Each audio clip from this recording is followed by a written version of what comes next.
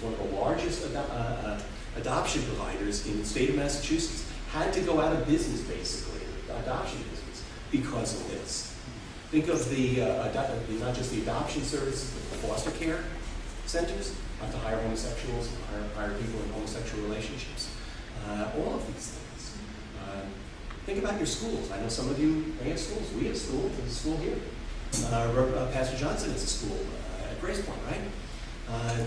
New York State, they decide at some point, well, you know what, when we do our curriculum, you've got to teach that homosexual marriages are the same as real marriages. Don't think it can't happen here. It's happening in Great Britain. We're forcing Catholic schools to teach curricula that says that homosexual marriages are the same as real marriages. It will happen here, right? If you stand, I know Kevin's going to talk about this, but if you, any of you pastors stand up and persistently proclaim church teaching, or the Christian teaching about marriage, you could be prosecuted for hate speech. They're creating a hostile climate.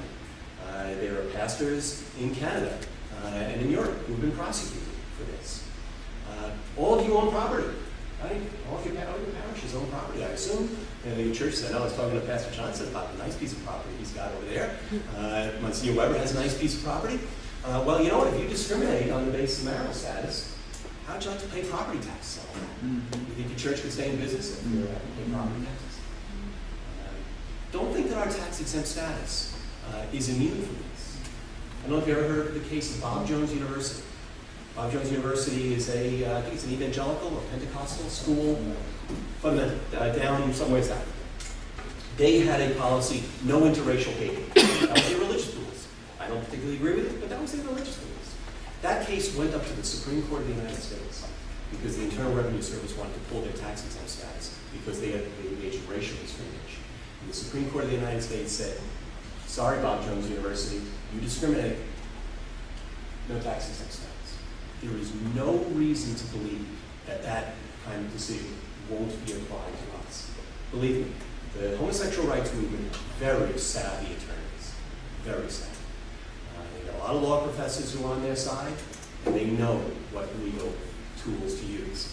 There was a big symposium a couple of years ago about the religious liberties threats of same-sex marriage. And there were a bunch of Christians on one side, and there were a bunch of the homosexual activists, the law professors on the other side. And it was funny. All of the religious people said, oh no, it could never happen here. No one will ever do this to us. And all the people on the homosexual activists' side said, oh yes, they will. Oh yes, we will. They know exactly what they're all about. And they will come after us. Any of you who have spoken at a public forum, not like this, but a real public forum, about homosexual marriage or homosexual rights issues, know what kind of reaction you get. Right? I met some of these fellas over at the debate that the Hudson Valley Debate Union had on same-sex marriage. And to stand there and be called a bigot, and stand there and have all these other people, the President of the United States even called a bigot because he doesn't favor same-sex marriage, gives you a sense of the anger and the animosity that's there. They will go after us. They will go after our programs. They will go after our churches. They will go after our tax-exempt status. They will go after individuals. Any of you have a state license, counseling, a law license, nursing, anything like that? There may very well come a time where you have to sign an affirmation. I do not discriminate on the basis of marital status, including same-sex marriage. It will not surprise me at all. And if you don't affirm to that, you'll lose your license. Every training program, every law school, every nursing school, every social work school will insist on training and teaching this, same-sex marriage, as a requirement of practice. And people will have to affirm that they will treat marriage counselors, for instance, will have to treat people the same way, or be accused of discrimination and have their license lost. So I guess I should then go into the question of what do we do? What do we do? It's very, very important that we make these arguments. The argument from the essence of what marriage is, right? Again, from the secular perspective as well as the religious perspective. And then make a very strong argument on the legal consequences, especially the religious liberty, legal consequences to your church, your school, your program, your people. Bring in the people who will be affected to the legislators' offices. Bring in the principal of your school. I don't want to lose my state license. I don't want to lose my state textbooks, right? Bring in any social service agency or food pantry or anything like that that you have. Bring those people into the legislators' offices and have them explain, here's how this will affect me. I'm a nurse, I don't want to lose my license. I'm a lawyer, I don't want to lose my license. Go in there and make the argument. The other thing that I think is very important for us to do is to argue to our own people and then to our culture as a whole about the importance of marriage, real marriage. Right? We're very often accused of having only a negative message. We're against that, or what are we in favor of? We need to talk about marriage. We need to talk marriage a lot. Right? We need to promote marriage in our churches, in our schools, in our communities. There are lots of ways of doing this. A pastor or father stands up in the pulpit and preaches about the goodness and the importance of marriage. It has a huge impact on people, especially on the kids. Having programs for married couples, support for married couples. Entering into arrangements, there are things called community marriage policies, where different churches enter into agreements with each other about how to prepare couples for marriage, how to have mentor couples for people who are in trouble. It's very important that we promote marriage. And here's why. After Massachusetts legalized same-sex marriage, about 5 years later, right, they did an opinion poll among the people in Massachusetts. And they asked them some questions about what the nature of marriage is and what the importance of marriage is.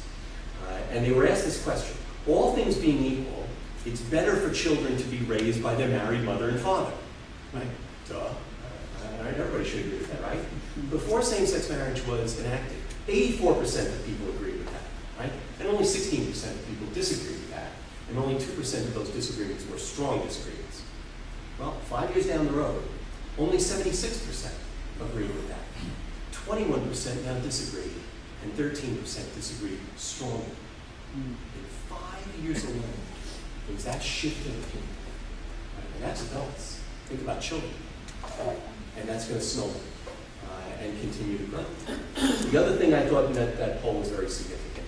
There was a question, some people I know personally would be reluctant to admit they oppose gay marriage because they would worry about the consequences for them or their children. 36% of the people agreed with that statement. They were afraid to speak up. So if anything has become clear in the aftermath of the passage of same-sex marriage, is that attitudes about the fundamental nature of marriage have eroded, and people are afraid. I don't know if you follow what happened out in Prop 8 in California. The backlash, in that case against the Mormon Church and also against the Knights of Columbus and the Catholic Church, was very strong.